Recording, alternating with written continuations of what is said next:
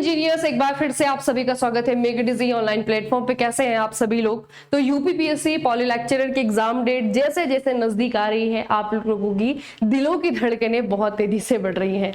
मुझे मालूम है टेक्निकल आप लोगों का लगभग तैयार ही होगा, लेकिन डर है हिंदी और जीके का।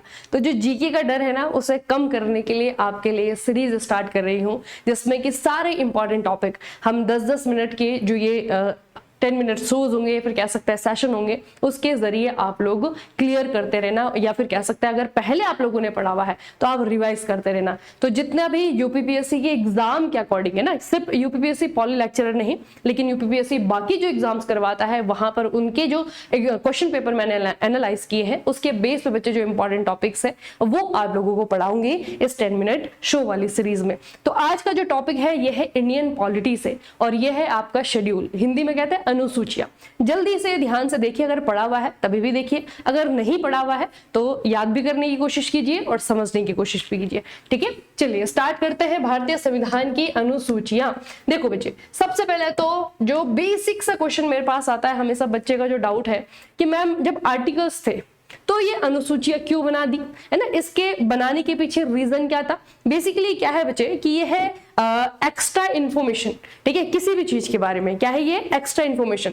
देखो ऐसा भी है कि इनमें कुछ सब्जेक्ट ऐसे हैं जिनसे रिलेटेड अलग आर्टिकल्स है, तो उन आर्टिकल्स में जो चीजें नहीं शामिल हो पाई उनको यहाँ पे बता दिया गया है। ठीक है, या फिर कह सकते हैं कि वहां पर अगर सिर्फ इंट्रोडक्शन है तो यहाँ पे उसे डिस्क्राइब कर दिया गया है, अच्छे से समझा दिया गया है। ठीक है, तो पहले तो आप लोगों को नीड पता होनी चाहिए। ठीक है, ये जो है बच्चे संविधान में अंत में दी गई सूचियां हैं, कुछ चीजें आर्टिकल्स में नहीं कवर कर पाए, उनको कवर करने के लिए हमने क्या किया, शेड्यूल बनाए। ठीक है, ये सबसे पहले आप लोगों को ऑब्जेक्टिव याद होना चाहिए। उसके बाद बात करते हैं क्रोनोलॉजी की, मतलब कि कब कब कैसे कैसे इन चीजों को बनाया गया। तो सबसे पहले भारत सरकार अधिनियम जो 1935 में आया था ना, इसमें ऑलरेडी 10 शेड्यूल थे।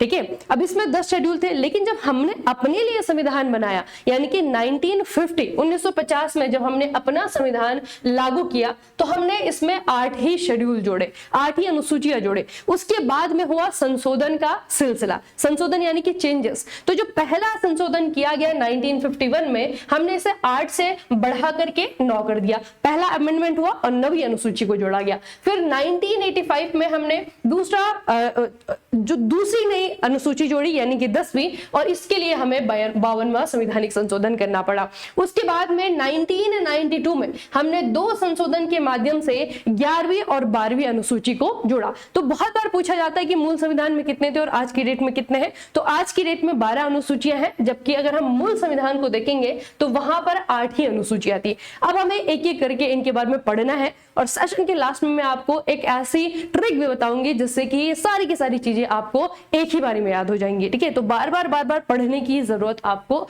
नहीं रहेगी। तो एक एक करके हम स्टार्ट करते हैं। सबसे पहले बच्चे शेड्यूल फर्स्ट की बात करते हैं। शेड्यूल फर्स्ट में किस चीज के बारे में है? इंडिया के स्टेट के बारे में है, टेरिटरी के बारे में है, कि भारत ये है, भारत का इंट्रोडक्शन है। भारत के अंदर अगर हम देखें 28 स्टेट है और 8 यूनियन टेरिटरीज है। ठीक है, काफी लोगों को कंफ्यूजन रहेगा इसमें भी, लेकिन इसे याद रखना बच्चे, है ना, ये सबसे लेटेस्ट डेटा है।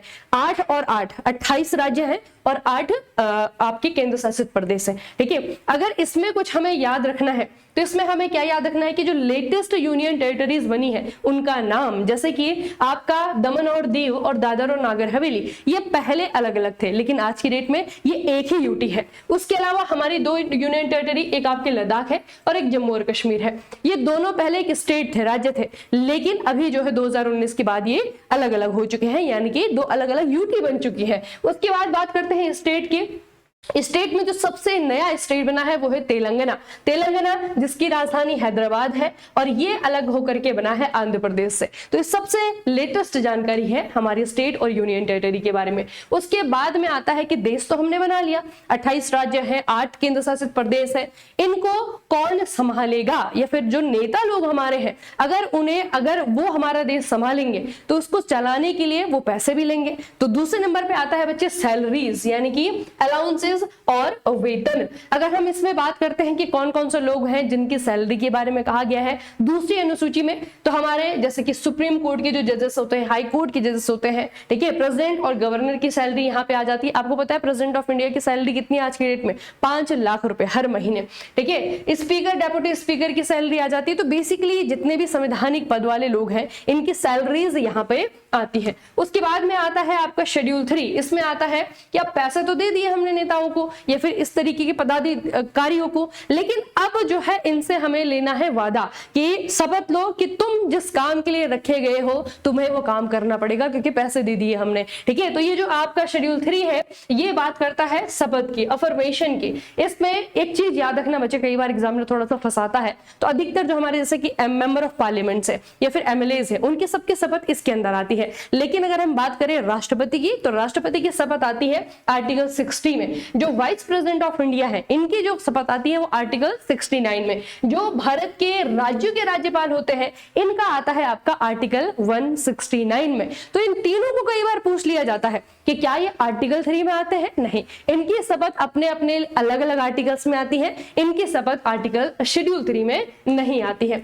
उसके बाद में आपका शेड्यूल 4, इसमें यह आता है कि जो राज्यसभा है यानी कि हमारी संसद का ऊपरी सदन, इस ऊपरी सदन में कौन से स्टेट से कितनी सीटें आएंगी यानी कि कितने एमपीज आएंगे, तो इसमें है आपका राज्यसभा की सीटों का बंटवारा। याद रखना, अगर हम बात करते हैं कि सबसे ज्यादा एमपी राज्यसभा में कहां से है? उत्तर प्रदेश से है। अगर हम बात करते हैं कि कौन कौन सी यूनियन टेरिटरीज है जिनके जो एमपी है वो राज्यसभा में है, तो 3 यूनियन टेरिटरी है, एक आपका दिल्ली है, एक आपका पुदुचेरी है और एक आपका जम्मू कश्मीर है। सिर्फ 3 यूनियन टेरिटरी है जिनके एमपी राज्यसभा में है। तो यहाँ पे आपको याद रखना है कि सबसे ज्यादा जो सीटें हैं वो है उत्तर प्रदेश में, टोटल 31। और इसके अलावा बच्चे ये सारे के सारे हमारे स्टेट वो हैं जिनके पास में राज्यसभा की एक एक सीटें हैं, जैसे कि गोवा, नागालैंड, मणिपुर, त्रिपुरा, मेघालय, सिक्किम, मिजोरम, अरुणाचल, पुदुचेरी, ठीक है। तो ये सारे के सारे जो है आपके वो स्टेट, वो यूनियन टेरिटरी है जिनके पास में राज्यसभा में सिर्फ एक ही एमपी जाता है। तो ये हो गया आपका शेड्यूल 4। उसके बाद में शेड्यूल 5 में क्या आता है कि जो हमारे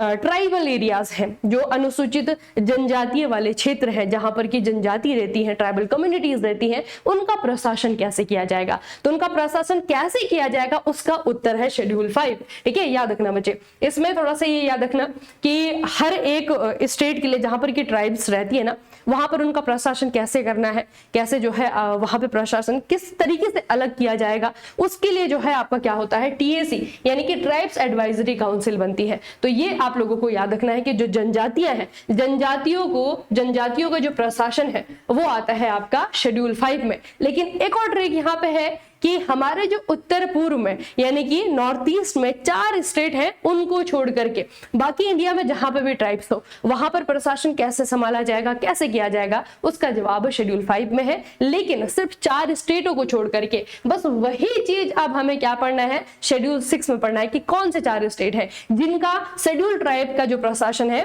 वो यहां पर आता है। इसको कहते हैं बच्चे 6वीं अनुसूची, शेड्यूल 6। इसका नाम हम लोग जो है लगातार 2 सालों से सुन रहे हैं और उसके पीछे रीजन है मिस्टर सोनम वांगचुक। ये लगातार जो है डिमांड कर रहे हैं 6 शेड्यूल, किसके लिए? लद्दाख के लिए। लद्दाख एक यूनियन टेरिटरी है, तो लद्दाख की कोई भी टेरिटरी यहां पर नहीं आती है, लेकिन कौन सी आती है वो एग्जाम में पूछी जाती है, तो वो हमें पढ़ना पड़ेगा बच्चे, ठीक है। देखो बहुत ही आसान है इसे याद करना, ये है आपका एएमटीएम। वैसे तो एएमपीएम होता है लेकिन यहाँ पे हमें याद करना है एएमटीएम, ठीक है। अब एएमटीएम में कौन कौन से स्टेट हैं? ये है हमारे नॉर्थ ईस्ट के 4 स्टेट। अब देखो बच्चे कैसे याद करना है, ये चारों स्टेट जो है ना ये आपस में चिपके हुए हैं। देखो कैसे, ए का मतलब है आपका असम, ठीक है। असम के ठीक नीचे जो है आपका मेघालय, मेघालय के ठीक नीचे त्रिपुरा और त्रिपुरा के ठीक बगल में आपका मिजोरम। तो ये हो गया आपका एएम और ये हो गया आपका टीएम, ठीक है। ऐसे याद रखना। कई बार इसमें कंफ्यूजन कैसे हो जाता है कि मणिपुर को लेकर के कि क्या इन दोनों में से कोई एक एम ऐसा होगा जिसका की मतलब होगा मणिपुर, नहीं। इसमें एक एम है मेघालय और दूसरा एम है आपका मिजोरम, ठीक है। तो मणिपुर नहीं है क्योंकि मणिपुर के पास में पैसा है ना, उसको जो है इस तरीके से अलग से प्रशासन करवाने की जरूरत नहीं है ना। ऐसे जो है आप लोगों को याद रखना है। तो एएमटीएम मतलब कि ये 4 राज्य है, इन 4 राज्यों के अंदर जो अनुसूचित क्षेत्र है उनका प्रशासन कैसे किया जाएगा, उसका जवाब है आपका 6 शेड्यूल, ठीक है। याद रखना बच्चे, यह है आपका AMTM, असम, मेघालय, त्रिपुरा, मिजोरम। और इन स्टेट में ऐसा नहीं कि पूरा का पूरा असम या फिर पूरा का पूरा त्रिपुरा, नहीं, असम के कुछ डिस्ट्रिक्ट ऐसे हैं जहां पर कि प्रशासन के लिए क्या बनाई जाएंगी, काउंसिल बनाई जाएगी। इनको कहा जाता है ऑटोनोमस डिस्ट्रिक्ट काउंसिल, ठीक है, इनको कहा जाता है ADC। तो जो सोनम वांगचुक मांग करते हैं ना, वो ADC की मांग करते हैं कि हमको भी ADC चाहिए, हमें भी अपना प्रशासन खुद से चलाना है, ठीक है। तो ये बच्चे आपका सिक्स शेड्यूल है, याद रखना, चर्चाओं में है, इसीलिए जो है आपको उसका जो संदर्भ है न्यूज का है ना, वो भी मैंने आपको बताया। अगला जो है आपका शेड्यूल 7 की बात करते हैं। अब सभी को मालूम है कि 2027 में 2027 में जो है आपका सेंसस आने वाला है ना। इसका जो फर्स्ट फेज है सेंसस का यानी कि जनगणना का, वो स्टार्ट हो चुका है। इसके बारे में स्टैटिक जीके का एक क्वेश्चन पूछा जाता है कि सेंसस ये कौन सी सूची में आता है, मतलब कि इस पे कानून बनाने का अधिकार राज्य को है या फिर केंद्र को, इस पे कानून बनाता है केंद्र की सरकार। तो सेंसस जो है ना, ये टॉपिक है आपका यूनियन लिस्ट का। तो बेसिकली जो हमारी 7वीं अनुसूची है, ये पावर को क्या करती है, डिस्ट्रीब्यूट करती है। केंद्र सरकार किन सब्जेक्ट पे कानून बनाएगा, राज्य सरकार किन सब्जेक्ट पे कानून बनाएगा। अगर कोई ऐसी चीज है जिस पर कि कानून कोई नहीं बना पा रहा है, पर इन तीनों में से कहीं पे भी वो नहीं लिखा गया है, तो उस पे कानून बनाने का अधिकार यूनियन लिस्ट को है। यूनियन लिस्ट यानी कि यूनियन गवर्नमेंट को है, ठीक है। तो इसमें याद रखना बच्चे कि केंद्र और राज्यों के बीच में शक्ति का क्या किया गया है, डिस्ट्रीब्यूशन किया गया है। पहला आपका यूनियन लिस्ट है जिसमें आपके टोटल 100 सब्जेक्ट्स आती हैं, ठीक है। उसके बाद जो है आपका स्टेट लिस्ट है जिसमें आपका टोटल 61 सब्जेक्ट आती है। फिर आपका जो है कंकरेंट लिस्ट है यानी कि समवर्ती सूची, जिसमें कि दोनों ही कानून बना सकते हैं। इसमें टोटल जो है आपके 52 सब्जेक्ट आते हैं, और जिसके लिए अभी आप लोगों ने देखा CJB और उनके साथ में जितने भी जनजी है, उन्होंने जो प्रोटेस्ट किया है एजुकेशन, तो एजुकेशन भी आपका कंकरेंट लिस्ट का ही क्या है, हिस्सा है, ठीक है, ये याद रखना। बाकी सेंसस जो है आपका यूनियन लिस्ट में आता है। सेंसस के अलावा डिफेंस हो गया, आपका बैंकिंग हो गया, करेंसी है, फॉरेन अफेयर्स है, सब कुछ जो है आपका यूनियन लिस्ट में आता है। स्टेट लिस्ट में जो है आपका पुलिस आता है, पुलिस पब्लिक हेल्थ आता है, एग्रीकल्चर आता है, लोकल गवर्नेंस आता है, ठीक है। तो ये चीजें भी आपको याद रखनी है कि अंदर कितने सब्जेक्ट्स है। और अभी जो है, अभी क्या है ना बच्चे कि अगर हम देखें यूनियन लिस्ट को, तो इसमें भी संशोधन हुआ है। अभी आज की डेट में इसमें 100 सब्जेक्ट है, लेकिन ओरिजिनली इसमें 97 है। तो एग्जामिनर दोनों जगह से क्वेश्चन पूछता है कि आज की डेट में कितने सब्जेक्ट है और पहले कितने सब्जेक्ट थे। तो 97 थे ओरिजिनली, लेकिन आज की डेट में बढ़ते बढ़ते बढ़ते ये 100 तक चले गए हैं। फिर आते हैं ऑफिशियल लैंग्वेज की बात। अभी एक भाषा है जो कि उड़ीसा में जो है संथाल कम्युनिटी के द्वारा बोली जाती है, इसे कहते हैं संथाली, ठीक है। तो गवर्नमेंट इस चीज पे डिस्कशन कर रही है कि क्या इसको भी 8वीं अनुसूची में लाना चाहिए। तो 8वीं अनुसूची में आती है हमारी ऑफिशियल लैंग्वेजेस, ठीक है। इसमें क्या हुआ है बच्चे कि अगर हम ओरिजिनली देखेंगे 1950 का हम संविधान देखेंगे ना, तो वहां पे सिर्फ 14 भाषाएं थी, और आज की डेट में यहाँ पे है टोटल 22 लैंग्वेजेस। इसका मतलब है कि जोड़ा गया है। तो कब कब को जोड़ा गया है, किस किस को जोड़ा गया है। सबसे पहले जो है 21वां संवैधानिक संशोधन 1967 में सिंधी भाषा को जोड़ा गया। फिर आपका 71वां 71st अमेंडमेंट 1992 में यहाँ पे जोड़ा गया है आपका KMN को, KMN, ठीक है। KMN का मतलब क्या है, कोंकणी, मणिपुरी और नेपाली। उसके बाद में आपका 92nd आपका अमेंडमेंट हुआ 2003 में, और यहाँ पे जोड़ा गया आपका BDMS को, यानी कि बोडो, डोगरी, मैथिली और संथाली। ये आप लोगों को याद रखना है। एक और चीज इसके बारे में आपको बताऊंगी जो कि अब एग्जामिनर थोड़ा सा शातिर हो चुके हैं ना, AI से क्वेश्चन पेपर बनता है तो वो इस तरीके के डीप क्वेश्चन भी लेता है बच्चे। इसमें एक और चीज याद रखना है कि अभी रिसेंटली क्या हुआ है ना, 2011 में 96 जो कॉन्स्टिट्यूशनल अमेंडमेंट हुआ था, इसने एक भाषा की जो कि हमारी ऑफिशियल लैंग्वेज है, इसका स्पेलिंग चेंज किया है। तो ये ओरिया थी, इसको उड़िया कर दिया है, ठीक है। ये थोड़ा सा याद रखना। तो ऑफिशियली नाम चेंज किया है। अब नाम चेंज करने के लिए अंदर भी संशोधन करना पड़ेगा, चेंजेस करने पड़ेंगे। तो उसके लिए जो है 2011 में 96 नंबर का कॉन्स्टिट्यूशनल अमेंडमेंट आया। उसके बाद जो है आपका शेड्यूल 9 की बात करते हैं। शेड्यूल 9 यानी कि ये पहला जोड़ा गया शेड्यूल है। कब जोड़ा गया, 1951 में। और इसमें क्या है बच्चे, इसमें आपका लैंड रिफॉर्म, ठीक है, जो भू कानून थे उसमें संशोधन किया गया, उनको जो है बेहतर बनाया गया, ठीक है। लोगों को उनके जमीन के अधिकार देने की कोशिश की गई। तो इसमें जो है लैंड रिफॉर्म्स हुए थे। उसके बाद है आपका 10वां, ये इस बार चर्चाओं में इसलिए रहा क्योंकि राघव चड्ढा जो है इन्होंने पार्टी बदल ली है ना। पार्टी बदली है तो पार्टी बदलने के लिए तो हमारे देश में कानून है जिसे हम कहते हैं दल बदल कानून, ठीक है। एंटी डिफेक्शन लॉ होता है, इसको हमने जोड़ा, 10वीं अनुसूची जोड़ी है ना, 52वां संवैधानिक संशोधन किया 1985 में। लेकिन फिर भी राघव चड्ढा कैसे पार्टी बदल गए, तो उसका जो लूप होल है वो भी इसी के अंदर है बच्चे। तो इसमें क्या होता है 91st अमेंडमेंट होता है 2003 में, 2003 में, और इसमें यह कहा जाता है कि अगर कोई भी दूसरे दल का नेता है, अगर वो किसी दूसरे दल में जाता है तो उसको मर्जर भी माना जा सकता है। कब? जब वो अकेले ना जाए, जब वो अपने साथ में उस पार्टी के 2/3 मेंबर्स को लेकर के चले जाए, तब जो है उसको मर्जर कहा जाएगा। ठीक है, तो यही किया है राघव चड्ढा ने, इसीलिए जो मर्जर है ना, इसीलिए जो है उन पे दल बदल कानून नहीं लगा है। तो ये भी आप लोग को याद रखना बच्चे। शेड्यूल 10 याद रखना। शेड्यूल 11 में क्या आता है? इसमें आते हैं आपकी फेवरेट वेब सीरीज पंचायत। ठीक है, पंचायती राज व्यवस्था को कानूनी रूप दिया गया। 73rd अमेंडमेंट, कॉन्स्टिट्यूशन अमेंडमेंट किया गया 1992 में। और इसमें अगर आपको क्वेश्चन पूछा जाता है थोड़ा सा डीप, तो एक चीज याद रखना कि पंचायतों के बारे में है। पंचायतों के बारे में क्या है कि पंचायत कैसे रूल करेंगे, इनकी क्या पावर है, इनकी क्या ड्यूटीज है, रिस्पॉन्सिबिलिटीज क्या है इनकी। तो ऐसे ऐसे टोटल कितने सब्जेक्ट हैं? टोटल 29 सब्जेक्ट हैं इसके अंदर। ठीक है, इसी के साथ में 1992 में ही 74th नंबर का अमेंडमेंट किया गया, और इसके जरिए हमने क्या किया, जो म्युनिसिपैलिटीज है, लोकल सेल्फ गवर्नेंस जो होती है अर्बन एरियाज में, शहरी क्षेत्रों में, वहां पर जो है उनके क्या कानून है, उनकी क्या ड्यूटीज है, उसको बताने के लिए हमारी जो 12वीं अनुसूची है उसके अंदर 18 सब्जेक्ट जोड़े गए। ठीक है, तो ये है बच्चे हमारी 12 अनुसूची। एक और चीज मैं आपको बताती हूँ, अगर हम बच्चे म्युनिसिपैलिटीज की बात करते हैं, म्युनिसिपल कॉर्पोरेशन की बात करते हैं, तो हमारे देश की जो सबसे बड़ी म्युनिसिपल कॉर्पोरेशन है वो है आपका बीएमसी। ठीक है, मुंबई सिटी को संभालने वाला ये म्युनिसिपल कॉर्पोरेशन है हमारे देश का सबसे बड़ा। दूसरे नंबर पे आता है बेंगलुरु वाला। ठीक है, तो इसको भी याद रखना। तो 12 अनुसूचियां जो है इनको हम क्या कर सकते हैं, एक ट्रिक के माध्यम से, जैसे बच्चे एक ट्रिक के माध्यम से, या फिर इसको जो है एक माला के रूप में याद कर सकते हैं। बहुत ही फेमस है ना, आप शायद आप लोगों में से बहुत सारे बच्चे जानते भी होंगे। यह है आपका टीयर्स ऑफ ओल्ड पीएम। ठीक है, इसको याद रखना, टीयर्स ऑफ ओल्ड पीएम। ठीक है, अब हमारे लिए ओल्ड कौन है? हमारे लिए ओल्ड तो है मनमोहन सिंह। तो मनमोहन सिंह को तो हमने हंसते हुए कम ही देखा है ना, तो थोड़ा सा इसको हम कनेक्ट करेंगे कि रोए ज्यादा थे ना, तो ये बिल्कुल सही बैठता है कि टीयर्स ऑफ ओल्ड पीएम।